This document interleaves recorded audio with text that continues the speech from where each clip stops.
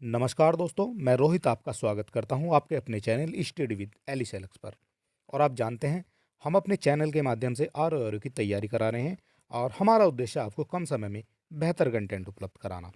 और आज हम आपके सामने लेकर आए हैं 240 इम्पोर्टेंट क्वेश्चन, और ये हो जाते हैं आपके भारत के भूगोल से संबंधित। और वीडियो ज़्यादा बड़ा होने के कारण हमने इसको दो पार्ट में डिवाइड कर दिया है, और इस वजह से आपको जो है इस वीडियो में केवल आपको मिलेंगे 120 क्वेश्चन, और 120 क्वेश्चन जो बचे हुए हैं वो आपको मिल जाएंगे अगली वीडियो में। ठीक है, तो फिलहाल जो है इसमें 120 क्वेश्चन मिल जाएंगे, और सारे क्वेश्चन आपके लिए इंपॉर्टेंट हो जाते हैं, और एक क्वेश्चन भी आपको स्किप करने लायक नहीं मिलेगा। और चलिए देख लेते हैं आज के जो हमारे क्वेश्चन हो जाएंगे वो कौन कौन से हो जाते हैं। और बात कर लेते हैं पहले क्वेश्चन के बारे में। पहला क्वेश्चन हमारा हो जाएगा, भारत के निम्नलिखित राज्यों के समूह में कौन सा समूह पाकिस्तान से सीमा नहीं बनाता है। ये क्वेश्चन आपसे पूछा गया क्वेश्चन है, और आपसे पूछा गया कौन सा जो है पाकिस्तान से सीमा नहीं बनाता है, वो आपको बताना है। और इसका जो करेक्ट आंसर ये आपका हो जाता है बी। ठीक है, और अगर ऑप्शन के हिसाब से चलेंगे तो आपका हिमाचल प्रदेश है, ये आपका सीमा नहीं बनाता है। इस तरह से जो आपको जो है एलिमिनेट करते हुए चलना है। और इधर आपका हो जाएगा हरियाणा, तो हरियाणा भी किसी देश से सीमा नहीं बनाता है। और इधर आपका हिमाचल प्रदेश, हिमाचल प्रदेश जो है ये पाकिस्तान से सीमा नहीं बनाता है। और इस तरह से जो है आपका करेक्ट आंसर आपका हो जाता है बी। और इसकी जो है एक छोटी सी ट्रिक होती थी पहले, ये हो जाता है आपका पंगू राज। पंजाब, गुजरात, राजस्थान और आपका हो जाता है जम्मू कश्मीर, और इसके साथ एक और जो है जुड़ जाता है, वो हो जाता है आपका लद्दाख। ठीक है, लद्दाख भी आपका जो है अब 2019 के बाद से इसमें जुड़ गया है। ठीक है, इस तरह से जो है आपको याद रखना है। और ये आपके हो जाते हैं पंजाब, जम्मू कश्मीर, राजस्थान और गुजरात, और यहाँ एक और ऐड कर लेंगे आप, लद्दाख। ठीक है, ये चीज़ आपको याद रखनी है। और इस तरह से जो है क्वेश्चन नंबर 1 का करेक्ट आंसर आपका बी हो जाता है। बात कर लेते हैं क्वेश्चन नंबर 2 के बारे में। निम्न में से किस राज्य की सीमा बांग्लादेश से नहीं लगती है, ये आपको बताना है। तो बांग्लादेश से मेघालय की लग जाएगी, त्रिपुरा की लग जाएगी, और आपकी मिजोरम की लग जाएगी। लेकिन जो मणिपुर है, मणिपुर की सीमा आपकी बांग्लादेश से नहीं लगती है। बात कर लेते हैं क्वेश्चन नंबर 3 के बारे में।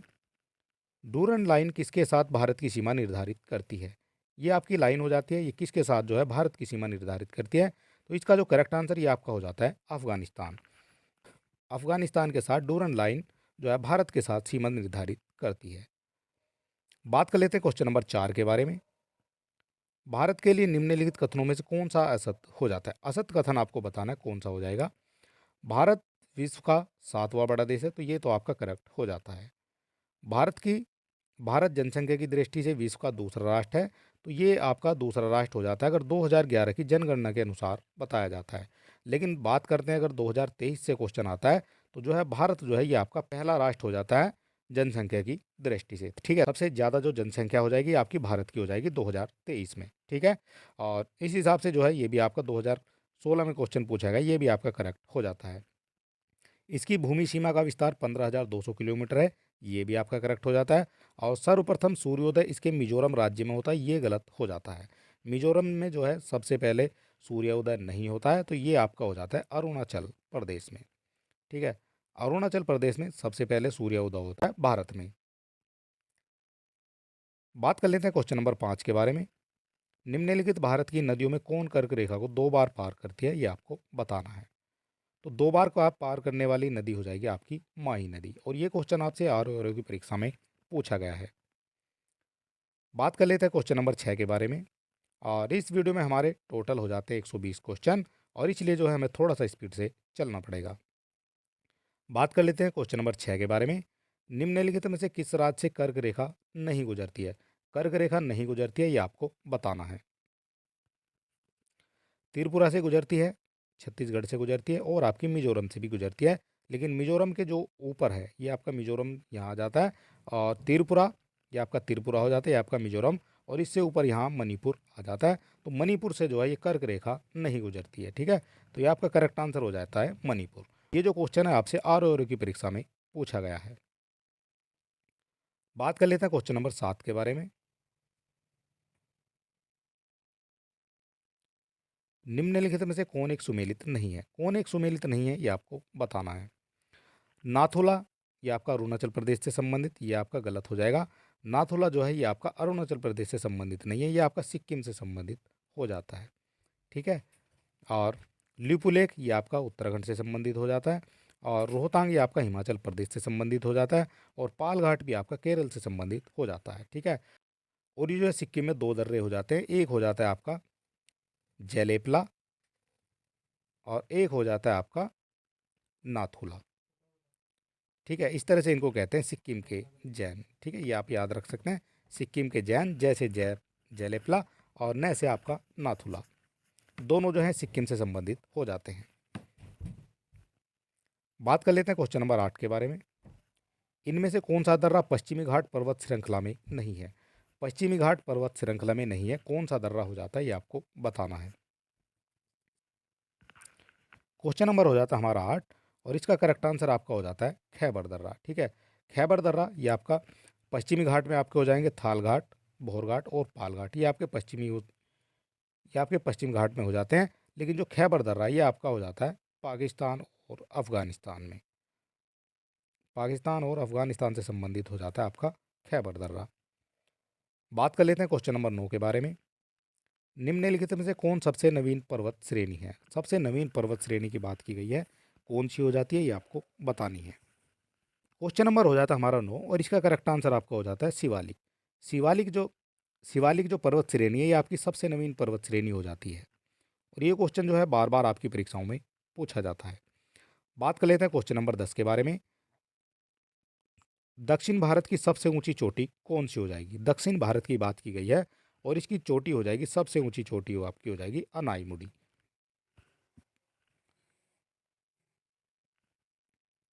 बात कर लेते हैं क्वेश्चन नंबर 11 के बारे में। आधुनिक युग में कौन सा सही सुमेलित नहीं है? कौन सा सही सुमेलित नहीं है ये आपको बताना है। बात करें माउंट आबू की,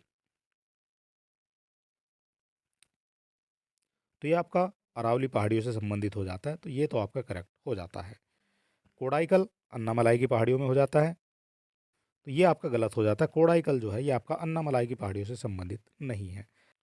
कोडाइकल कहाँ से संबंधित हो जाता है? ये अन्नामलाई की पहाड़ियों से नहीं है, ये आपका हो जाता है पलानी की पहाड़ियों में। ठीक है, पलानी की पहाड़ियों से संबंधित हो जाता है आपका कोडाइकल। इसके बाद बात कर लेते हैं ऊटकमंड की, तो ये आपका नीलगिरी की पहाड़ियों से संबंधित हो जाता है, ये भी आपका करेक्ट हो जाता है। शिमला जो है पीर पंजाल की श्रेणी में नहीं आता, ये भी आपका गलत हो जाता है। तो इस तरह से आपके दो गलत हो जाते हैं, बी और डी का आपके गलत हो जाते हैं। ठीक है, बी एंड डी ये बोथ आपके जो है ये गलत हो जाते हैं। ठीक है, आपसे पूछा गया कौन सा सुमेलित नहीं है, तो ये दोनों जो हैं ये आपके सुमेलित नहीं है। बात कर लेते हैं क्वेश्चन नंबर 12 के बारे में। सूची 1 को सूची 2 से सुमेलित करना है, और इधर आपकी पहाड़ी दी गई है, इधर आपके राज्य दिए गए हैं। गारो की बात करते हैं, तो गारो खासी जयंती ये आपकी मेघालय से संबंधित हो जाती हैं। ए का आपका एक हो जाएगा, तो ए का एक आपका दिया गया है, ए बी और सी तीन ऑप्शन में दिया गया है। मीरी की बात करती हैं, मीरी किससे संबंधित हो जाएगा? तो मीरी जो है ये आपका अरुणाचल प्रदेश से संबंधित हो जाता है, और मीरी आपका अरुणाचल प्रदेश से, तो बी का आपका 3 और बी का 3 भी आपका जो है दो ऑप्शन में दिया गया है। कोला मलाई की बात करते हैं, ये आपका तमिलनाडु से संबंधित हो जाता है, सी का आपका 2 हो जाता है, और सी का 2 आपका एक ही ऑप्शन में दिया गया है, ऑप्शन नंबर हो जाता है आपका ए, और डी का जो है ये आपका 4 दिया गया है, तो ये आपका करेक्ट हो जाता है। ठीक है, क्वेश्चन नंबर 12 का करेक्ट आंसर आपका हो जाता है ए। बात कर लेते हैं क्वेश्चन नंबर 13 के बारे में। निम्न में से कौन सा हिमनद सबसे बड़ा है? सबसे बड़ा हिमनद आपको बताना है कौन सा हो जाएगा, और ये हो जाएगा आपका सियाचिन। सियाचिन जो हिमनद है ये आपका सबसे बड़ा हिमनद हो जाता है। बात कर लेते हैं क्वेश्चन नंबर 14 के बारे में। मेघालय का पठार भाग है, मेघालय का जो पठार है किसका भाग है ये आपको बताना है। क्वेश्चन नंबर हो जाता है हमारा 14, और इसका करेक्ट आंसर हो जाता है आपका प्रायद्वीपीय खंड का। मेघालय का जो पठार है ये आपका प्रायद्वीपीय खंड का भाग हो जाता है। बात कर लेते हैं क्वेश्चन नंबर 15 के बारे में। अरावली श्रेणियाँ किस राज्य में स्थित है? अरावली श्रेणियों की बात हो रही है, ये जो है किस राज्य में स्थित हो जाती हैं ये आपको बताना है। क्वेश्चन नंबर हो जाता है हमारा 15, और इसका करेक्ट आंसर आपका हो जाता है राजस्थान। राजस्थान में आपकी अरावली की श्रेणियाँ हो जाती हैं। बात कर लेते हैं क्वेश्चन नंबर 16 के बारे में। पश्चिमी घाट के संबंध में निम्न कथनों पर विचार कीजिए, और आपको बताना है उपरोक्त में से कौन सा कथन सही है। सही कथन पर जो है आपको टिक लगाना है। बात कर लेते हैं पश्चिमी घाट के बारे में। यह एक बृहस्पति पर्वत हो जाता है। क्या ये सही हो जाता है, ये आपको बताना है। और ये जो है आपका करेक्ट हो जाता है। पश्चिमी घाट जो है एक बृहस्पति पर्वत हो जाता है। इसका पूर्वी ढाल क्रम से नीचा होता हुआ पठार हो जाता है, तो ये भी आपका करेक्ट हो जाता है। और इसका जो है उत्तरी खंड लावा बेसाल्ट से आच्छादित है, ये भी आपका करेक्ट हो जाता है। ठीक है, इस हिसाब से आप कह सकते हैं तीनों जो हैं ये आपके करेक्ट हो जाते हैं। ठीक है, क्वेश्चन नंबर 16 का करेक्ट आंसर आपका हो जाता है डी। बात कर लेते हैं क्वेश्चन नंबर 17 के बारे में। निम्नलिखित में से किस तट से भारत का औसत समुद्र तल नापा जाता है? औसत समुद्र तल की बात की गई है। ये जो है किस स्थान से नापा जाता है, ये आपसे पूछा जाएगा। क्वेश्चन नंबर हो जाता है हमारा 17 और इसका करेक्ट आंसर आपका हो जाता है बी यानी चेन्नई। भारत का औसत समुद्र तल ये आपका चेन्नई से मापा जाता है। बात कर लेते हैं क्वेश्चन नंबर 18 के बारे में। भारत के किस राज्य का समुद्र तट सबसे अधिक लंबा है? सबसे अधिक लंबा है समुद्र तट, ये किसका हो जाएगा? तो ये आपका हो जाता है गुजरात का। बात कर लेते हैं क्वेश्चन नंबर 19 के बारे में। निम्नलिखित में से भारत का कौन सा राज्य सर्वाधिक लंबी तटरेखा वाला राज्य हो जाता है? ये आपसे आरओ की परीक्षा में पूछा गया क्वेश्चन है। और इसका भी करेक्ट आंसर आपका हो जाता है गुजरात। बात कर लेते हैं क्वेश्चन नंबर 20 के बारे में। भारत में कितने राज्य तट रेखा से लगे हैं?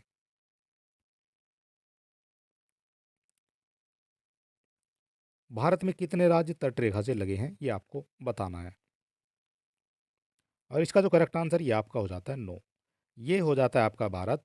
और इस तरह से आप याद रख सकते हैं, 9 राज्य, 4 इधर हो जाएंगे, 4 इधर हो जाएंगे, एक आपका नीचे की तरफ हो जाता है। ठीक है, इस तरह से आप कह सकते हैं ये आपके 9 राज्य जो हैं ये आपके तट रेखा से लगे हुए हैं। बात कर लेते हैं क्वेश्चन नंबर 21 के बारे में। भारत में तटीय राज्यों की संख्या कितनी है, ये आपको बताना है। क्वेश्चन को, एक ही क्वेश्चन को जो है एग्जामिनर कई तरह से आपसे पूछ सकता है। यहाँ से 2014 में यही क्वेश्चन पूछा गया है और 2017 में भी जो है हल्का सा चेंज करके ये क्वेश्चन आपसे पूछ लिया गया है। क्वेश्चन नंबर हो जाता है हमारा 21 और इसका भी करेक्ट आंसर आपका हो जाता है नो। 9 राज्य जो हैं ये आपके भारत के तटीय राज्य हो जाते हैं।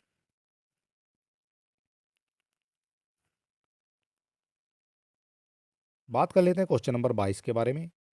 भारत के पश्चिम तटीय निम्नांकित शहरों पर विचार आपको करना है और उत्तर से दक्षिणी नगरों का सही क्रम बताना है। और ये क्वेश्चन जो है कई बार आपकी परीक्षा में पूछा गया है और एज इट इज ये क्वेश्चन जो है आपकी परीक्षा में पूछा जाता है, कुछ भी इसमें चेंज नहीं होता है। ठीक है, और इसका जो है क्रम आपको याद रखना है। तो सबसे पहले आपका जंजीरा आ जाता है, इसके बाद आपका 2 नंबर पे आपका आ जाता है सिंधुदुर्ग, 3 नंबर पे आ जाता है आपका कन्नूर और उसके बाद 4 नंबर पे आपका नागरकोइल आ जाता है। और इस हिसाब से आपका जो करेक्ट आंसर है ये आपका हो जाता है डी, 1, 4 और 2, 3। ठीक है, ये डी जो है ये आपका करेक्ट हो जाता है। बात कर लेते हैं क्वेश्चन नंबर 23 के बारे में।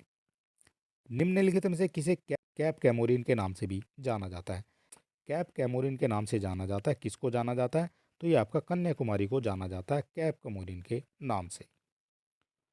और अगर अभी तक आपने हमारे चैनल को सब्सक्राइब नहीं किया है तो आप सब्सक्राइब कर सकते हैं, वीडियो को अपने दोस्तों में भी शेयर कर सकते हैं। और इस वीडियो की फ्री पीडीएफ पाने के लिए आप हमारे टेलीग्राम चैनल से जुड़ सकते हैं और अब आप हमारे व्हाट्सएप चैनल से भी जुड़ सकते हैं, लिंक आपको डिस्क्रिप्शन में मिल जाएंगे। बात कर लेते हैं क्वेश्चन नंबर 24 के बारे में। निम्नलिखित में से किस द्वीप युग्म को 10 डिग्री चैनल अलग करता है? 10 डिग्री चैनल अलग करता है, किसको करता है ये आपको बताना है। और इसका जो करेक्ट आंसर ये आपका हो जाता है अंडमान और निकोबार, ये आपके हो जाते हैं। और इनको बीच में जो है 10 डिग्री चैनल आ जाता है। ठीक है, ये अंडमान निकोबार को अलग अलग करता है। बात कर लेते हैं क्वेश्चन नंबर 25 के बारे में। 10 डिग्री चैनल पृथक करता है, सेम क्वेश्चन है और ये अगली परीक्षा में आपसे पूछ लिया जाता है।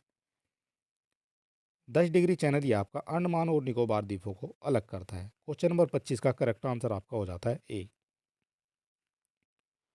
बात कर लेते हैं क्वेश्चन नंबर 26 के बारे में। राम सेतु या एडम ब्रिज ये शुरू होता है, ये कहाँ से शुरू होता है ये आपसे पूछा गया है।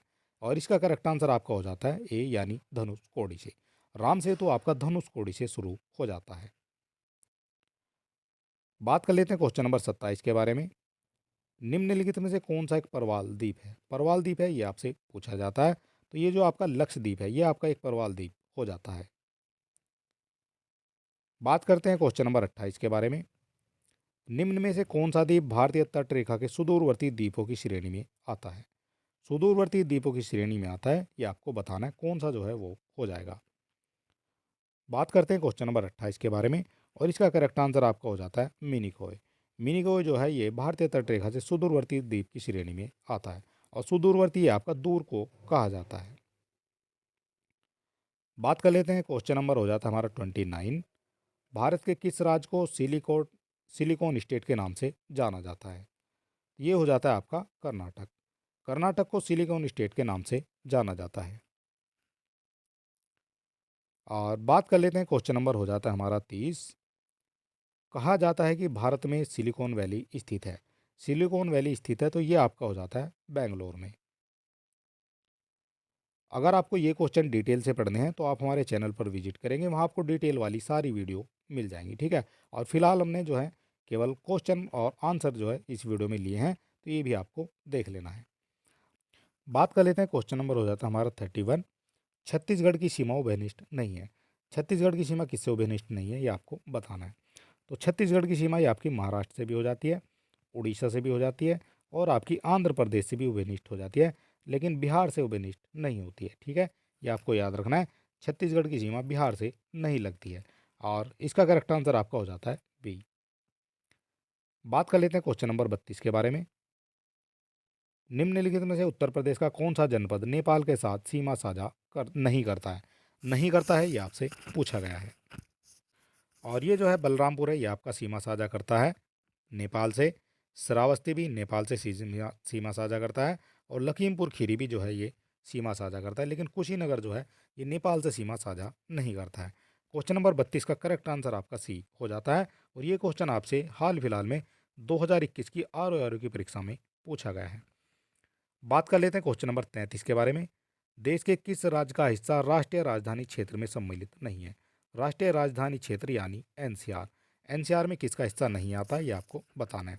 तो दिल्ली इससे संबंधित हो जाता है, उत्तर प्रदेश भी आ जाता है, और हरियाणा भी आ जाता है, लेकिन आपका जो मध्य प्रदेश है इसका कोई भी हिस्सा जो है एनसीआर में शामिल नहीं है। बात कर लेते हैं क्वेश्चन नंबर 34 के बारे में। सूची 1 को सूची 2 से सुमेलित करना है, और इधर आपके राज्य हो जाते हैं, इधर आपकी राजधानियाँ हो जाती हैं। बात कर लेते हैं असम के बारे में। तो इनका जो है एक सबसे बढ़िया ट्रिक है, इनमें से आपको जोन सा सबसे पहले पता है केवल उसी को आप पकड़ लीजिए। जिसके बारे में आप जानते हैं केवल वो पहले पकड़ लीजिए, और बाकी जो है अपने आप ठीक हो जाएंगे। तो सबसे पहले आप जो है किसको जानते हैं, तो हम गुजरात को जानते हैं, और गुजरात की राजधानी आपकी हो जाती है गांधीनगर। और इस तरह से सी का आपका एक और सी का आपका एक आप देख सकते हैं, ये आपका सी हो जाता है। इसमें एक किस में है, तो ये आपका हो जाता है बी। इस तरह से जो है आप एक ही आपको पकड़ना है, और उस तरह से जो आप इसका आंसर फटाक से लगा सकते हैं, ठीक है। जोन सा आपको याद है सबसे पहले वो लगाएं, और इस तरह से जो है ये जल्दी से आंसर इसका आ जाता है, ठीक है। और ए का आपका हो जाता है 3। ए का आपका 3 दिया गया है, असम की राजधानी आपकी दिसपुर हो जाती है। और बी का आपका 4 हो जाता है, मिजोरम की आइजोल हो जाती है। और सी का आपका 3 यानी गुजरात की आपकी गांधीनगर, और मिजोरम की आपकी हो जाती है इम्फाल, ठीक है। इस तरह से जो है आप इसका आंसर लगा सकते हैं। बात कर लेते हैं क्वेश्चन नंबर 35 के बारे में।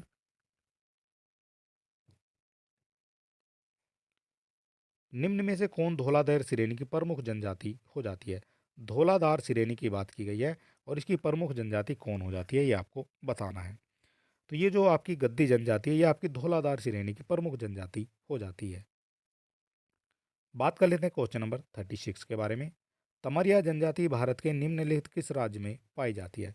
तमरिया जनजाति की बात हो रही है, ये भारत के किस राज्य में पाई जाती है, ये आपको बताना है। और ये हो जाता है आपका झारखंड से संबंधित। झारखंड में आपकी तमरिया जनजाति पाई जाती है। बात कर लेते हैं क्वेश्चन नंबर 37 के बारे में।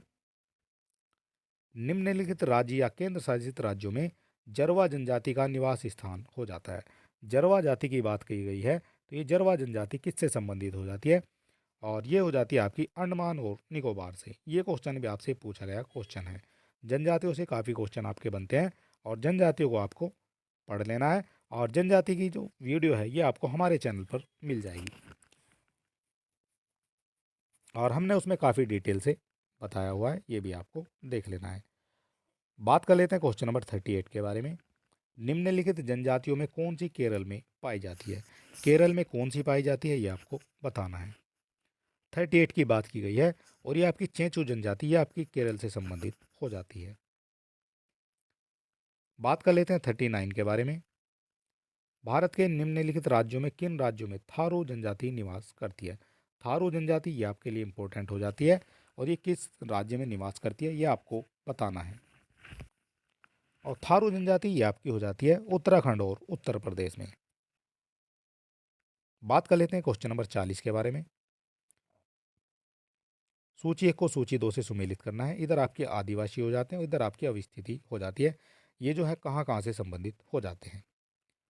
बात कर लेते हैं भील के बारे में। भील आपकी कहाँ से संबंधित हो जाती है? ये आपकी राजस्थान से संबंधित हो जाती है। और एक आ दो आपके दो ऑप्शन में दिए गए हैं, तो बाकी को हम एलिमिनेट कर लेते हैं। बात कर लेते हैं गोंड के बारे में। ये आपकी किससे संबंधित हो जाती है? तो ये आपकी हो जाती है छत्तीसगढ़ से संबंधित, और बी का आपका 3 हो जाता है, और बी का 3 आपका दिया गया है, दोनों ही ऑप्शन में बी के 3 दिए गए हैं। बात कर लेते हैं लिम्बूस के बारे में। तो ये आपकी सिक्किम से संबंधित हो जाती है, और सी का आपका हो जाता है 4, और सी का 4 आपका दिया गया है ऑप्शन नंबर ए में। ठीक है, ये आपको देख लेना है। क्वेश्चन नंबर 40 का करेक्ट आंसर आपका ए हो जाता है। बात कर लेते हैं क्वेश्चन नंबर 41 के बारे में। गंगा नदी उदाहरण है। गंगा नदी किसका उदाहरण है? और गंगा नदी को बड़े डिटेल में हमने अपनी वीडियो में समझाया हुआ है, और अगर आपने इसकी डिटेल वाली वीडियो नहीं देखी है तो आप हमारे चैनल पर विजिट करेंगे, वहाँ आपको जो है टॉपिक वाइज सभी वीडियो मिल जाएंगे, और प्लस गंगा नदी का बहुत अच्छा वीडियो भी वहाँ आपको देखने को मिल जाएगा, और ये सारे क्वेश्चन जो हैं उसमें आपको डिटेल वाइज देखने को मिल जाएंगे। फिलहाल बात करते हैं क्वेश्चन नंबर 41 के बारे में, और इसका जो करेक्ट आंसर ये आपका हो जाता है पूर्ववर्ती अफवाह का उदाहरण हो जाता है गंगा नदी। बात कर लेते हैं क्वेश्चन नंबर 42 के बारे में। कुमाऊं हिमालय निम्नलिखित में से किन नदियों के बीच स्थित है? कुमाऊं हिमालय की बात हो रही है, निम्नलिखित में से किन नदियों के बीच स्थित हो जाता है ये आपको बताना है। और कुमाऊं हिमालय ये आपका हो जाता है सतलज और काली नदी के बीच। ठीक है, इस तरह से जो है ये आपके हिमालयों की श्रेणियाँ होती हैं, और सतलज और काली नदी के बीच में जो आपका ये कुमाऊं हिमालय हो जाता है। बात कर लेते हैं क्वेश्चन नंबर 43 के बारे में। निम्नलिखित में किस नदी के तट पर बद्रीनाथ का मंदिर स्थित है? बद्रीनाथ का मंदिर स्थित है किस नदी के किनारे स्थित है ये आपको बताना है। 43 की बात की गई है, और इसका करेक्ट आंसर आपका हो जाता है अलकनंदा। अलकनंदा नदी के किनारे पर बद्रीनाथ का मंदिर स्थित हो जाता है। बात कर लेते हैं 44 के बारे में। यमुना नदी का उद्गम स्थान है। यमुना नदी का उद्गम स्थान ये आपका कहाँ से हो जाता है? तो ये हो जाता है आपका बंदर पूंछ से। बात कर लेते हैं क्वेश्चन नंबर 45 के बारे में। ये जो है क्वेश्चन आपसे कथन और कारण से दिया गया है, और आपको बताना नीचे दिए कूट से सही उत्तर का आपको चयन करना है। बात कर लेते हैं कथन की। पश्चिमी घाट की नदियाँ डेल्टा का निर्माण कर नहीं करती हैं।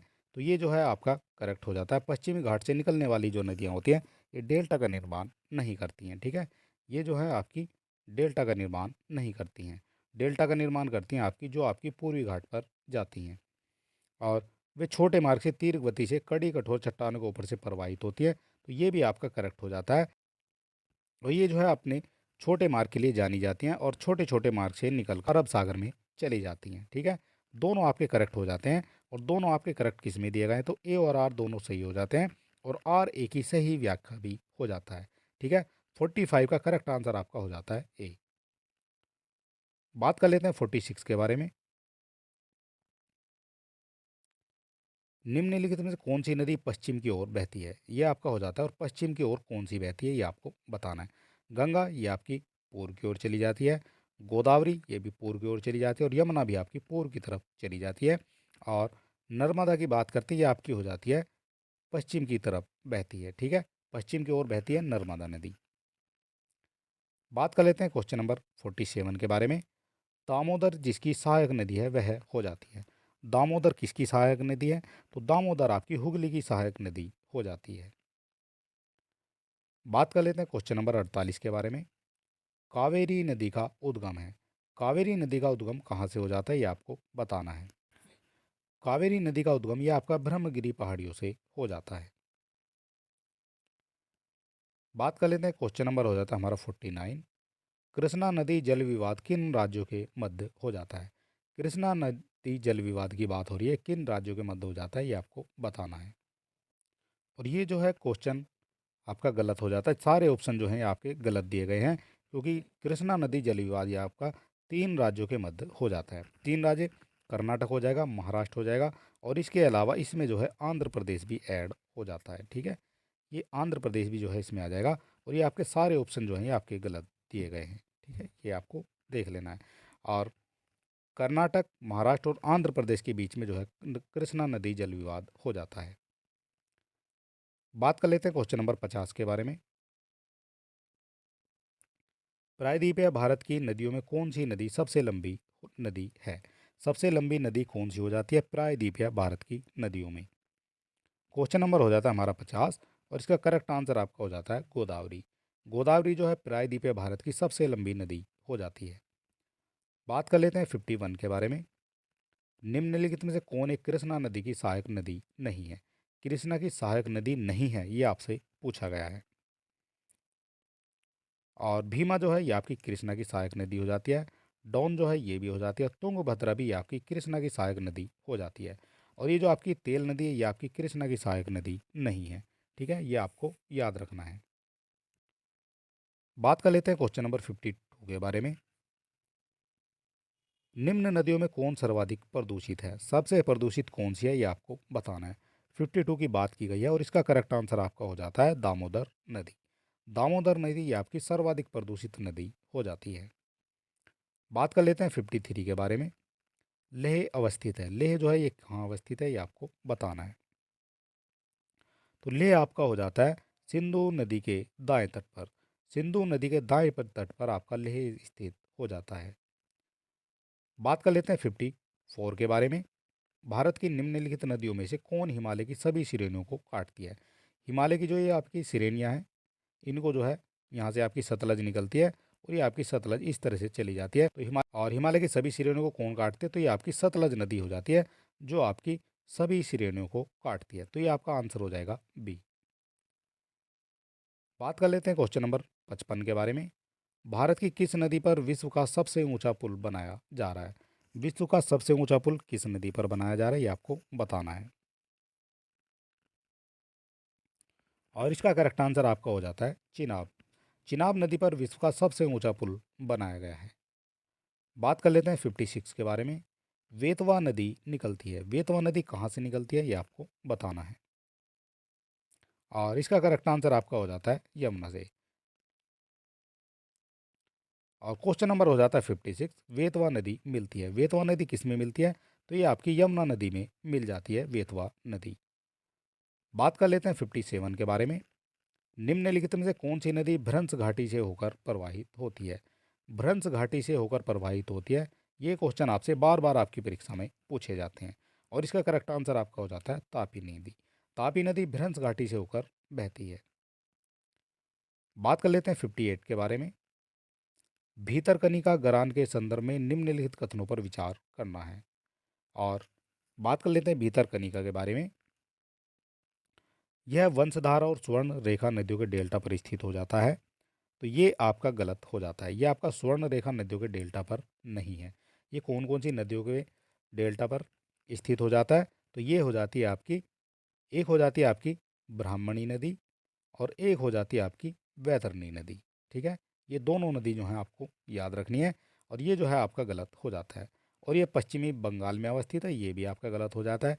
ये पश्चिमी बंगाल में अवस्थित नहीं है। और ये आपका कहाँ अवस्थित हो जाता है?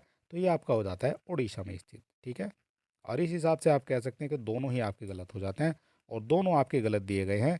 ना तो एक सही है और ना ही आपका दो सही है। ठीक है, 58 का करेक्ट आंसर आपका हो जाता है डी। बात कर लेते हैं 59 के बारे में। कौन सी नदी उड़ीसा में अपना डेल्टा बनाती है? उड़ीसा में अपना डेल्टा बनाती है, ये आपको बताना है। बात की गई है 59 की, और इसका करेक्ट आंसर आपका हो जाता है महानदी। महानदी उड़ीसा में अपना डेल्टा बनाती है। ये क्वेश्चन भी आपसे पूछा गया क्वेश्चन है आर की परीक्षा में। बात कर लेते हैं 60 के बारे में। और निम्न नदियों में से कौन अपने मार्ग में परिवर्तन करने के लिए कुख्यात हो जाती है? अपने मार्ग में परिवर्तन करने के लिए कुख्यात हो जाती है, तो ये आपकी हो जाती है कोसी नदी। और इसलिए जो है इसको बिहार का शोक भी कहा जाता है। बात कर लेते हैं क्वेश्चन नंबर 61 के बारे में। मुंबई की मीठी नदी निम्नलिखित में से किस झील से निकलती है? मीठी नदी की बात की गई है, ये मुंबई में स्थित हो जाती है और ये किस झील से निकलती है ये आपको बताना है।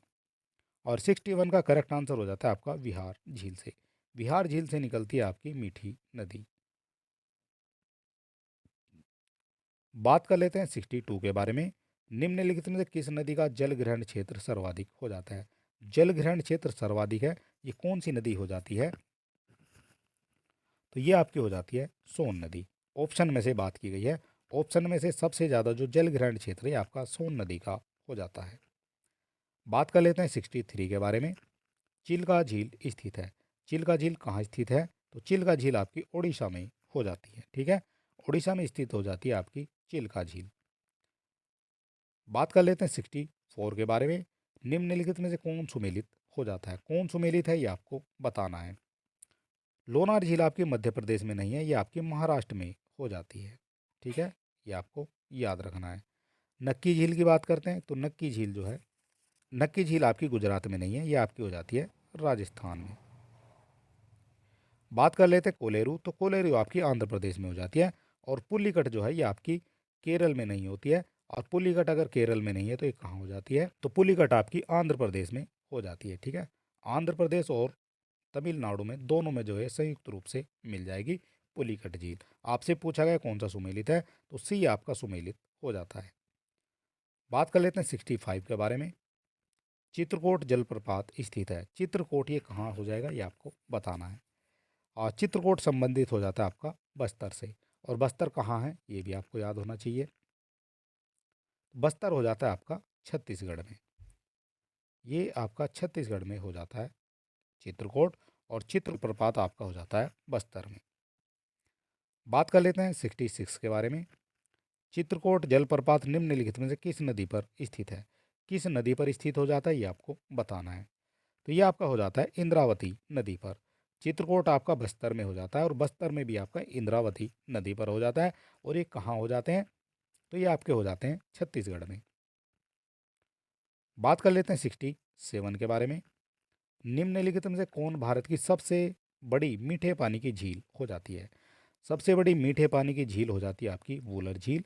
और वूलर झील कहाँ हो जाती है? तो वूलर झील आपकी जम्मू एंड कश्मीर में स्थित हो जाती है। बात कर लेते हैं 68 के बारे में। निम्नलिखित में से कौन सी नदी बेसिन जो है क्षेत्रफल में सबसे बड़ी हो जाती है? सबसे बड़ी हो जाती है क्षेत्रफल में, ये आपको बताना है। और इसका करेक्ट आंसर आपका हो जाता है महानदी। महानदी जो है नदी घाटी बेसिन क्षेत्रफल में सबसे बड़ी हो जाती है। बात कर लेते हैं 69 के बारे में। गंगा नदी उत्तर प्रदेश में किस जनपद से प्रवेश करती है? और बिजनौर के बाद ये आ जाती है फिर मेरठ में, ठीक है। तो सबसे पहले कहाँ प्रवेश करेगी? तो सबसे पहले प्रवेश करती है बिजनौर में। बात कर लेते हैं 70 के बारे में। हिमालय में त्रिशूर शिखर के संदर्भ में निम्नलिखित में से कौन से कथन सही हैं? सही कथन आपसे पूछे गए कौन से हो जाते हैं, और दो कथन आपको दिए गए हैं। बात की गई है त्रिशूर की, और यह उत्तराखंड के बागेश्वर जिले में स्थित हो जाता है, तो ये तो आपका करेक्ट हो जाता है। ये जो है उत्तराखंड के बागेश्वर जिले में स्थित है। और यह चोटी 7500 मीटर से अधिक ऊंची है, तो ये आपका गलत हो जाता है। इसकी जो ऊंचाई है वो आपकी 7500 किलोमीटर 7500 मीटर से अधिक नहीं है। इसकी जो ऊंचाई है ये आपकी हो जाती है 7100 मीटर, ठीक है। यानी कि 7100 मीटर की जो है इसकी लगभग ऊंचाई हो जाती है, ठीक है। और कहीं पर जो है इसको 7120 भी लिखा गया है। 7120 या 7100 जो भी आपके सामने आ जाएगा वो आपको जो है ऑप्शन में लगा देना है, ठीक है। 7120 भी दिखाया गया है और 7100 भी दिया गया है। और इस हिसाब से आपका जो है एक ही सही हो जाता है और एक आपका दिया गया है ऑप्शन नंबर ए में। बात कर लेते हैं क्वेश्चन नंबर हो जाता है हमारा 71। निम्नलिखित में से कौन सा मैग्रो क्षेत्र गोदावरी नदी के डेल्टा पर अवस्थित है? मैग्रो क्षेत्र की बात की गई है और ये गोदावरी नदी के डेल्टा पर अवस्थित हो जाता है। और इसका जो करेक्ट आंसर ये आपका हो जाता है कोरिंगा। कोरिंगा मैग्रो क्षेत्र जो है गोदावरी नदी के डेल्टा पर अवस्थित हो जाता है। बात कर लेते हैं 72 के बारे में। निम्नलिखित में से कौन सी नदी उत्तर प्रदेश राज्य से प्रवाहित नहीं होती है? नहीं होती है, ये आपको बताना है। क्वेश्चन नंबर हो जाता है हमारा 72 और इसका करेक्ट आंसर आपका हो जाता है गंडक नदी। गंडक नदी आपकी नेपाल से निकल के बिहार में चली जाती है, उत्तर प्रदेश से इसका कोई संबंध नहीं होता है। ठीक है, सोन नदी उत्तर प्रदेश से संबंधित हो जाती है, हिंडन भी उत्तर प्रदेश से संबंधित हो जाती है और शारदा भी उत्तर प्रदेश से संबंधित हो जाती है। ठीक है, 72 का करेक्ट आंसर आपका हो जाता है सी। बात कर लेते हैं 73 के बारे में। निम्नलिखित में कौन सा सही सुमेलित नहीं है? सही सुमेलित कौन सा नहीं है, ये आपको बताना है। इधर आपके राज्य दिए गए, इधर आपके गर्म झरने दिए गए हैं। बात कर लेते हैं हिमाचल प्रदेश में, तो ये आपका मणिकर्ण, ये आपका हिमाचल प्रदेश में हो जाता है मणिकर्ण। उड़ीसा में आपका हो जाता है तप्ता पानी और महाराष्ट्र में आपका विरजेश्वरी हो जाता है। लेकिन नारायणी जो है ये आपका गुजरात से संबंधित नहीं है। ठीक है, नारायणी जो है आपका गुजरात से संबंधित नहीं होता है। और आपसे पूछा गया कौन सा सुमेलित नहीं है, तो आपका डी जो है ये आपका सुमेलित नहीं है। बात कर लेते हैं 74 के बारे में। निम्नलिखित में से कौन सा लौह इस्पात संयंत्र नदी तट पर स्थित नहीं है? लौह इस्पात संयंत्र जो है नदी तट पर स्थित नहीं है, ये आपको बताना है। बात कर लेते हैं 74 के बारे में और इसका करेक्ट आंसर आपको हो जाता है भिलाई। भिलाई जो है ये किसी नदी पर नहीं होता है और बाकी बोकारो, जमशेदपुर, भद्रावती ये सब जो है नदियों पर स्थित हो जाते हैं। ठीक है, और ये सारे जो हैं लौह इस्पात हो जाते हैं और ये सभी जो है नदियों के किनारे हो जाते हैं, केवल भिलाई को छोड़कर। बात कर लेते हैं 75 के बारे में। निम्नलिखित स्थानों में कहाँ पर आर्द्र जलवायु का अनुभव होता है? आर्द्र जलवायु का अनुभव कहाँ कहाँ हो जाता है, ये आपको बताना है। तो ये आपका हो जाता है कोच्चि में और एक ऑफर हो जाता है आपका तेजपुर में। ठीक है, और ये क्वेश्चन जो है सेम एज इट इज़ आपको आपकी परीक्षा में देखने को मिला है कई बार। ठीक है, और 75 का करेक्ट आंसर आपको हो जाता है 2 और 4, और 2 और 4 दिए गए हैं आपके ऑप्शन नंबर डी में। बात कर लेते हैं 76 के बारे में। भारत में मानसून की उत्पत्ति निम्नलिखित पवनों में किसके द्वारा होती है? भारत में बात की गई है मानसून उत्पत्ति की, ये किसके द्वारा की गई है, ये आपको बताना है। और इसका जो करेक्ट आंसर ये आपका हो जाता है दक्षिणी पश्चिमी मानसून। और ये आपका दक्षिणी पश्चिमी मानसून इस तरह से जो है केरल से एंट्री करता है। बात कर लेते हैं 77 के बारे में। सन 2004 की सुनामी द्वारा भारत के निम्न तटों में कौन सर्वाधिक दुष्प्रभावित हुआ था, ये आपको बताना है। बात की गई है 77 के बारे में और ये जो सबसे ज़्यादा जो दुष्प्रभावित होने वाला था ये हो जाता है आपका कोरोमंडल तट। ठीक है, कोरोमंडल तट पर जो है सबसे ज़्यादा दुष्प्रभावित हुआ था। बात कर लेते हैं 78 के बारे में। निम्नलिखित में से किस जिले में मार मृदा पाई जाती है? मार मृदा किस जिले में पाई जाती है, ये आपको बताना है।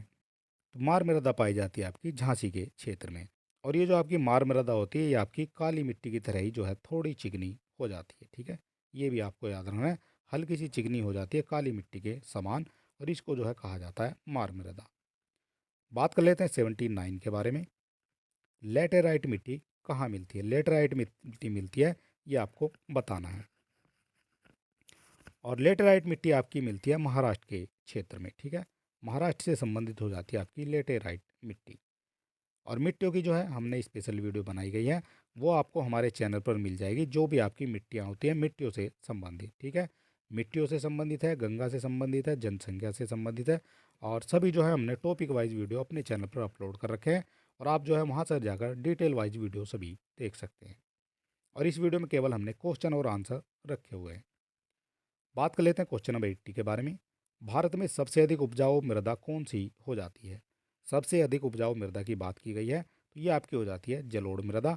और जलोढ़ मृदा ये कहाँ से संबंधित हो जाती है? तो ये आपकी उत्तर प्रदेश से गंगा के जो आसपास के क्षेत्र हैं उनमें आपको मिल जाएगी जलोढ़ मृदा। ठीक है, क्वेश्चन नंबर 80 का करेक्ट आंसर आपका हो जाता है सी। बात कर लेते हैं 81 के बारे में। काली कपास मिट्टी निम्नलिखित में से किस नाम से भी जानी जाती है? काली कपास मिट्टी ये आपकी हो जाती है रेगुर मिट्टी के नाम से भी इसको जाना जाता है।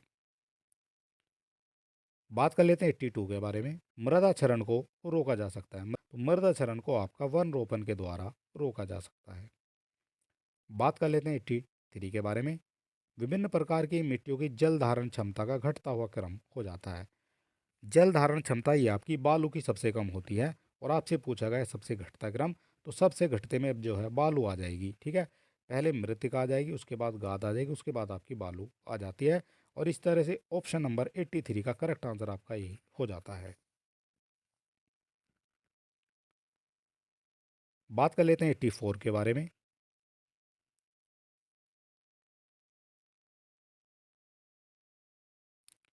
और यहाँ भी जो है आपका कथन और कारण से जो है क्वेश्चन दिया गया है। नीचे दिए कूट से सही उत्तर का चयन करना है। बात करते हैं कथन की। मिट्टी की प्रजातियों में से मृतिका अधिकतम जल ग्रहण करती है। तो ये आपका करेक्ट हो जाता है। मिट्टी की प्रजातियों में मृतिका सबसे अधिक जल धारण करती है। बात कर लेते हैं कारण के बारे में। मृतिका में रंध्रांश बड़े आकार में पाए जाते हैं। तो ये आपका गलत हो जाता है। मृतिका में जो है रंध्रांश बड़े आकार के नहीं पाए जाते हैं, ठीक है। और इस तरह से जो आपका दूसरा गलत हो जाता है और ये आपका सही हो जाता है। और ये किस ऑप्शन में दिया गया है? ए सही परंतु आर गलत। ए सही परंतु आर गलत, ये आपका ऑप्शन नंबर सी में दिया गया है। बात कर लेते हैं क्वेश्चन नंबर हो जाता है हमारा 85। सूची ए को सूची 2 से सुमेलित करना है। इधर आपकी मिट्टियाँ दी गई हैं, इधर आपके राज्य दिए गए हैं। तो जलोढ़ मिट्टी ये आपकी किससे संबंधित हो जाती है? तो ये आपकी उत्तर प्रदेश से संबंधित हो जाती है। और ए का आपको देखना है 2, ए का 2 आपका किस ऑप्शन में दिया गया है? और ए का 2 आपका दिया गया है ऑप्शन नंबर बी में, ठीक है। और ये ही आपका करेक्ट हो जाता है। बाकी को भी हम देख लेते हैं। काली मिट्टी की बात की गई है, तो काली मिट्टी आपका जो है ऑप्शन नंबर 3 में हो जाती है। काली मिट्टी आपकी महाराष्ट्र से संबंधित हो जाती है। लाल मिट्टी आपकी हो जाती है आंध्र प्रदेश से संबंधित। और मरुस्थलीय मिट्टी आपकी राजस्थान में मिल जाएगी, ठीक है। एक आपको देख लेना है जो आपको पता है, और बाकी जो है अपने आप आपको पता लग जाएंगे। बात कर लेते हैं 86 के बारे में। पश्चिमी हिमालय की शीतोष्ण पीटी यानी टेम्परेचर जोन में निम्नलिखित में से किस एक वृक्ष का बाहुल्य होता है? पश्चिमी हिमालय की बात की गई है। ये जो हिमालय होता है ये आपका पश्चिमी हिमालय हो जाता है। और इसमें सबसे ज़्यादा आपको देवदार के पेड़ देखने को मिल जाते हैं, ठीक है। ये भी आपको याद रखना है। 86 का करेक्ट आंसर आपको हो जाता है बी। बात कर लेते हैं 87 के बारे में। निम्नलिखित में से किसका सुमेल नहीं है? किसका सुमेल नहीं है ये आपको बताना है। सुंदरवन ये आपका पश्चिमी बंगाल से संबंधित हो जाता है। भीतरकनिका ये आपकी ओडिशा से संबंधित हो जाती है। और पिचवरम ये आपका तमिलनाडु से संबंधित हो जाता है। लेकिन वेमनाथ झील जो है ये आपकी कर्नाटक से संबंधित नहीं है। वेमनाथ झील कहाँ से संबंधित हो जाती है? तो वेमनाथ झील आपकी हो जाती है केरल से संबंधित।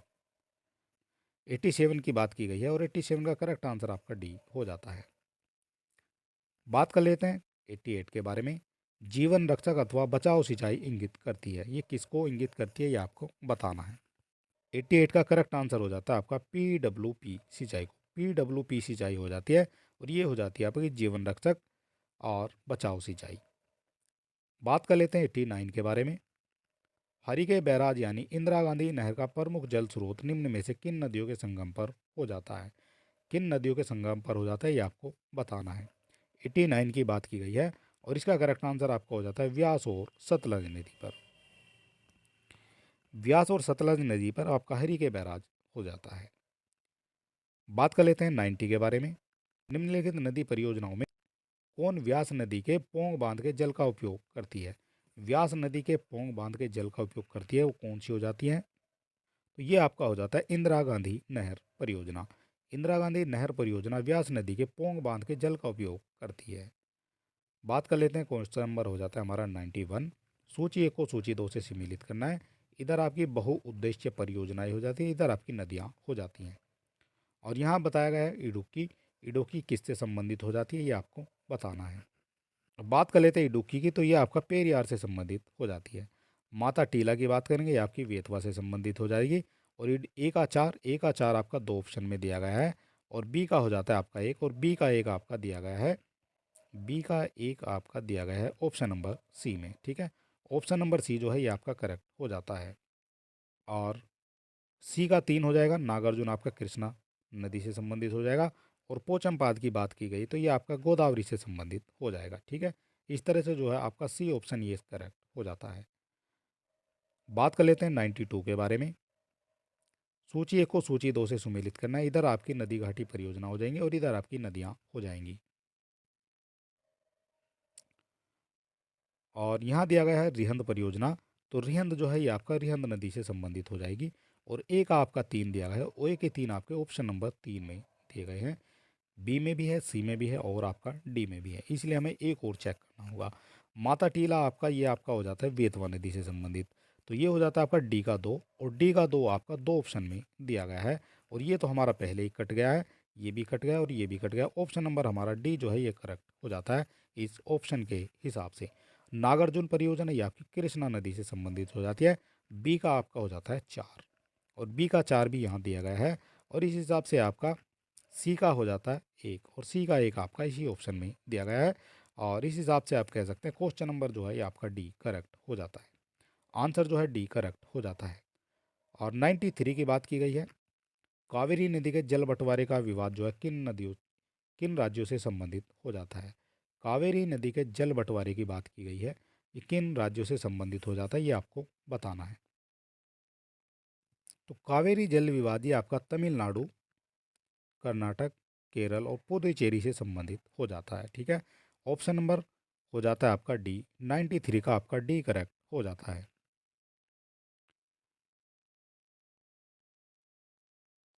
बात कर लेते हैं, क्वेश्चन नंबर हो जाता है हमारा 94। भारत में प्रथम भारत में प्रथम जल विद्युत संयंत्र की स्थापना की गई है। प्रथम जल विद्युत संयंत्र की स्थापना ये कहाँ की गई है ये आपको बताना है, और ये हो जाता है आपका दार्जिलिंग। दार्जिलिंग हो जाता है सही आंसर। भारत में दार्जिलिंग में प्रथम जल विद्युत संयंत्र की स्थापना की गई थी। बात कर लेते हैं 95 के बारे में। कालागढ़ बांध किस नदी पर बना हुआ है। कालागढ़ बांध की बात हो रही है, किस नदी पर बना हुआ है ये आपको बताना है। क्वेश्चन नंबर हो जाता है हमारा 95, और इसका करेक्ट आंसर हो जाता है आपका रामगंगा नदी पर। रामगंगा नदी पर आपका कालागढ़ बांध बनाया गया है। बात कर लेते हैं 96 के बारे में। मलपुजा बांध किस नदी पर अवस्थित है। मलपुजा की बात हो रही है, ये आपका कहाँ स्थित हो जाता है ये आपको बताना है। क्वेश्चन नंबर हो जाता है हमारा 96, और इसका करेक्ट आंसर हो जाता है मलमपुझा ही आंसर हो जाता है, और ये कहाँ स्थित है ये आपका केरल में स्थित हो जाता है। ठीक है, केरल से संबंधित हो जाता है आपका मलमपुझा बांध। बात कर लेते हैं 97 के बारे में। निम्नलिखित कथनों पर आपको विचार करना है। निम्न कथनों पर विचार करना है, और आपको बताना कौन सा इनमें से जो है सही हो जाएगा। बात कर लेते हैं रिहंद बांध, ये सोन नदी की एक सहायक नदी पर बना हुआ है, तो ये आपका करेक्ट हो जाता है। रिहंद बांध सोन नदी की एक सहायक नदी पर बना हुआ है, कौन सी हो जाती है वो आपकी रिहंद नदी ही हो जाती है। ठीक है, रिहंद जो है आपकी सोन की सहायक नदी हो जाती है। बात कर लेते हैं हीराकुंड बांध महानदी पर है, तो ये भी आपका करेक्ट हो जाता है। हीराकुंड बांध आपका महानदी पर बनाया गया है। तुंगभद्रा परियोजना आंध्र प्रदेश एवं कर्नाटक का संयुक्त उपक्रम हो जाता है, तो ये भी आपका करेक्ट हो जाता है। तुंगभद्रा जो है ये आपकी आंध्र प्रदेश और कर्नाटक का संयुक्त उपक्रम हो जाता है। बात कर लेते हैं 4 के बारे में। मैंथाल बांध दामोदर नदी की एक सहायक नदी बराकर पर जो है बनाया गया है, तो दामोदर की एक सहायक नदी कौन सी हो जाती है बराकर, और बराकर पर जो है ये आपका मैथाल बांध बनाया गया है, और ये भी आपका करेक्ट हो जाता है।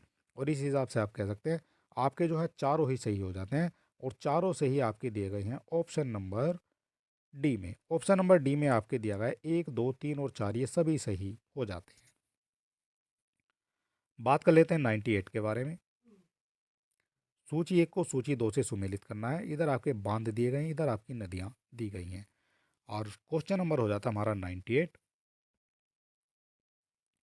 और बात कर लेते हैं दुलहस्ती के बारे में। तो दुलहस्ती आपका किससे संबंधित हो जाता है, तो ये आपका दुलहस्ती जो है आपका चिनाब नदी से संबंधित हो जाता है, और ए का आपका 2 हो जाता है, और ए का 2 आपका दिया गया है ऑप्शन नंबर सी में भी और आपका डी में भी।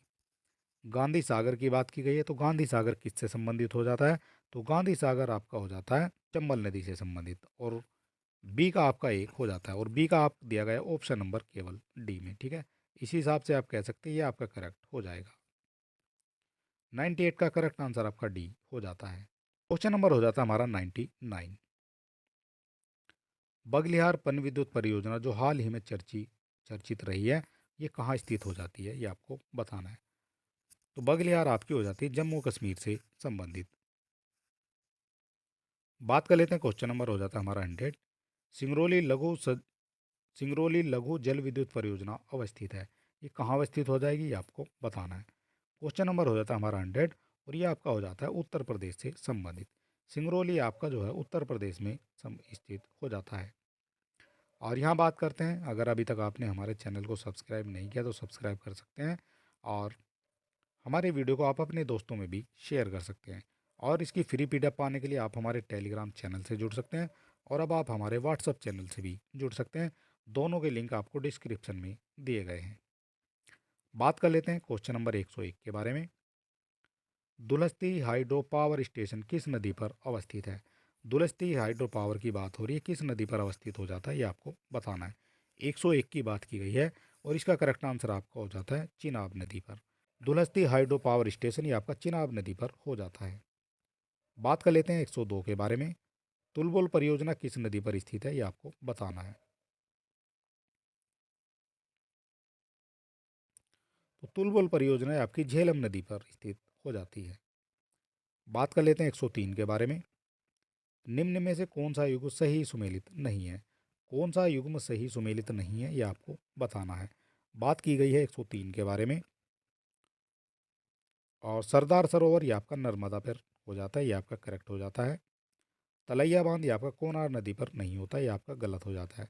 गांधी सागर आपका चंबल से संबंधित हो जाता है, और नागार्जुन भी आपका कृष्णा नदी से संबंधित हो जाता है। बात की गई है 103 की, तो इसका करेक्ट आंसर आपका हो जाता है बी। बात कर लेते हैं 104 के बारे में। गोविंद वल्लभ पंत सागर जलाशय स्थित है। गोविंद वल्लभ पंत सागर जलाशय कहाँ स्थित हो जाएगा? तो इसका जो करेक्ट आंसर है आपका हो जाएगा उत्तर प्रदेश से संबंधित। बात कर लेते हैं 105 के बारे में। देश में एग्रो इकोलॉजिकल क्षेत्र हो जाते हैं। एग्रो इकोलॉजिकल क्षेत्र कितने हो जाते हैं ये आपको बताना है। तो ये हो जाता है आपका 20 क्षेत्र हो जाते हैं एग्रो इकोलॉजिकल क्षेत्र। बात कर लेते हैं 106 के बारे में। और इस क्वेश्चन के जो हैं सारे जो हैं ऑप्शन ये गलत दिए गए हैं, ठीक है, और ये जो है क्वेश्चन ही गलत आपका हो जाता है, ठीक है। बात कर लेते हैं क्वेश्चन नंबर 107 के बारे में। वर्ष 2015-16 में भारत का कौन सा राज्य गेहूं का सबसे बड़ा उत्पादक राज्य था? तो गेहूं का जो है सबसे बड़ा उत्पादक ये आज भी जो है उत्तर प्रदेश ही हो जाता है, और 107 का करेक्ट आंसर आपका हो जाता है बी। बात कर लेते हैं 108 के बारे में। निम्नलिखित में से कौन सही सुमेलित नहीं है? कौन सही सुमेलित नहीं है ये आपको बताना है। धान की बात करते हैं तो ये आपका गोविंद हो जाती है इसकी प्रजाति। एक तरफ आपकी फसल दी गई, एक तरफ आपकी प्रजाति दी गई है, और धान की प्रजाति कौन सी हो जाती है? तो धान की प्रजाति आपकी जो है गोविंद हो जाती है। बात कर लेते हैं गेहूं की, तो ये आपका शुष्क सम्राट जो है गेहूं की नहीं है, ये आपका गलत हो जाता है। शुष्क सम्राट जो प्रजाति है आपकी गेहूं की नहीं होती है। और गेहूं की कौन कौन सी प्रजाति हो जाती हैं? तो गेहूं की प्रजाति हो जाती है आपकी, ये हो जाती है आपकी DBW 370, इस तरह से हो जाती है। 371 भी हो जाती है, और आपका 372 भी हो जाती है, ठीक है। इस तरह से जो है ये हो जाती है गेहूं की प्रजाति। और बात कर लेते हैं अरहर की, तो अरहर की आपकी हो जाती है पारस। मटर की आपकी प्रकाश हो जाती है, और आपसे पूछा गया कौन सा सुमेलित नहीं है, तो आपका गेहूं जो है ये आपका सुमेलित नहीं है, ठीक है। ये आपको याद रखना है। बात कर लेते हैं 109 के बारे में। काशी लालिमा निम्नलिखित में से किस फसल की प्रजाति है हो जाती है? काशी लालिमा निम्नलिखित में किस फसल की प्रजाति हो जाती है? तो ये हो जाती है आपकी भिंडी की। भिंडी की प्रजाति हो जाती है आपकी काशी लालिमा। बात कर लेते हैं 110 के बारे में। राष्ट्रीय केला अनुसंधान क्षेत्र केंद्र स्थित है। राष्ट्रीय केला अनुसंधान केंद्र स्थित हो जाता है, ये कहाँ स्थित हो जाता है ये आपको बताना है। और इसका जो करेक्ट आंसर ये आपका हो जाता है तिरछी। और तिरछी कहाँ स्थित हो जाता है? तो तिरछी आपका स्थित हो जाता है तमिलनाडु में, ठीक है। ये भी आपको याद रखना है।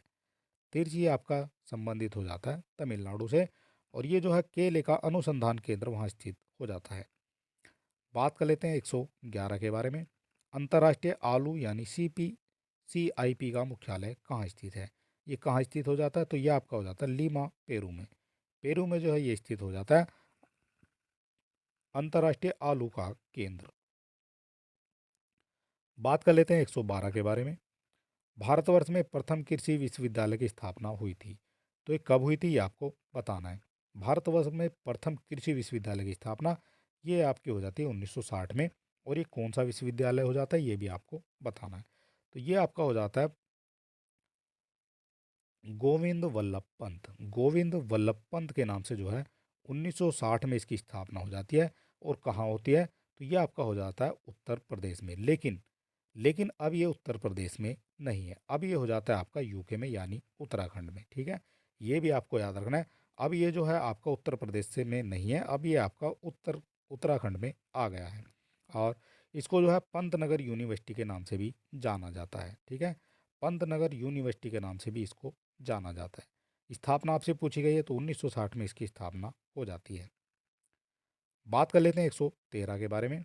1974 में प्रथम कृषि विज्ञान केंद्र की स्थापना निम्नलिखित में से किस स्थान पर हुई है? किस स्थान पर हुई है ये आपको बताना है।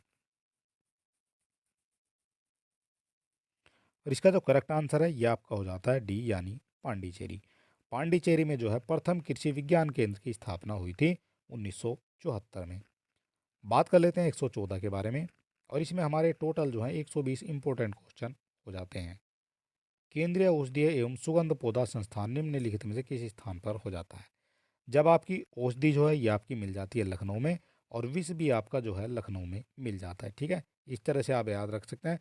विष अनुसंधान जो है ये आपका लखनऊ में हो जाता है। और जब विष अनुसंधान जो है लखनऊ में, तो आपकी विष की औषधि भी आपकी लखनऊ में मिल जाएगी। ठीक है, 114 का करेक्ट आंसर आपका हो जाता है ए। बात कर लेते हैं 115 के बारे में। भारत में संकाय या चालू जोतों का जो है सबसे बड़ा औसत आकार कहाँ हो जाता है? तो ये हो जाता है आपका राजस्थान में। राजस्थान में आपका जोतों का सबसे बड़ा आकार हो जाता है। बात कर लेते हैं 116 के बारे में। एक किसान जिसके पास 1 से 2 हेक्टेयर तक जोत होती है उसको माना जाता है। उसको क्या माना जाता है? तो उसको आपका लघु कृषक माना जाता है। ठीक है, ये भी आपको याद रखना है। बात कर लेते हैं 117 के बारे में। निम्न राज्यों में से कौन ट्यूबवेल की सिंचाई के क्षेत्र में सर्वोच्च हो जाता है? ट्यूबवेल से सिंचाई के मामले में आपका उत्तर प्रदेश जो है नंबर 1 पर आ जाता है। ठीक है, 117 का करेक्ट आंसर आपका हो जाता है ए। बात करेंगे 118 के बारे में। निम्नलिखित में कौन नीली क्रांति से संबंधित हो जाता है? नीली क्रांति से संबंधित कौन हो जाता है ये आपको बताना है। और इसका जो है करेक्ट आंसर हो जाता है आपका मत्स्य पालन। मत्स्य पालन आपका नीली क्रांति से संबंधित हो जाता है। बात कर लेते हैं 119 के बारे में। पीली यानी पीली क्रांति का संबंध हो जाता है। तो ये आपका हो जाता है तिलहन के उत्पादन से। तिलहन उत्पादन का संबंध आपका पीली क्रांति से संबंधित हो जाता है। ठीक है, ये क्रांतियाँ आपको याद रखनी है। क्रांतियों से भी जो आपके 1-2 क्वेश्चन देखने को मिलते हैं। बात कर लेते हैं आज के लास्ट क्वेश्चन की यानी 120 के बारे में। नीली क्रांति निम्न में से संबंधित हो जाएगी। तो नीली क्रांति जो है ये आपकी मछली उत्पादन से संबंधित हो जाती है, ये आपको याद रखना है। और यहाँ हमारे जो है टोटल 120 क्वेश्चन हो जाते हैं। और इसी की जो है दूसरी वीडियो में हमारे 120 क्वेश्चन और आपको देखने को मिल जाएंगे। ठीक है, और वो वीडियो आपको जो है 1-2 दिन में ही देखने को आपको मिल जाएगी। फिलहाल अगर अभी तक आपने हमारे चैनल को सब्सक्राइब नहीं किया तो आप सब्सक्राइब कर सकते हैं, और वीडियो को अपने दोस्तों में भी शेयर कर सकते हैं। और इसकी फ्री PDF पाने के लिए आप हमारे टेलीग्राम चैनल से जुड़ सकते हैं, और अब आप हमारे व्हाट्सअप चैनल से भी जुड़ सकते हैं। और इन दोनों के लिंक आपको डिस्क्रिप्शन में देखने को मिल जाएंगे। और इससे पहली वीडियो अगर आपने हमारी नहीं देखी है, आप हमारे चैनल पर विजिट करेंगे, वहाँ आपको टॉपिक वाइज सभी वीडियो मिल जाएंगे। का जो दूसरा पार्ट है वो हम जल्द आपके सामने लेकर आएंगे। और चलिए दोस्तों, मिलते हैं नेक्स्ट वीडियो में, और तब तक के लिए नमस्कार।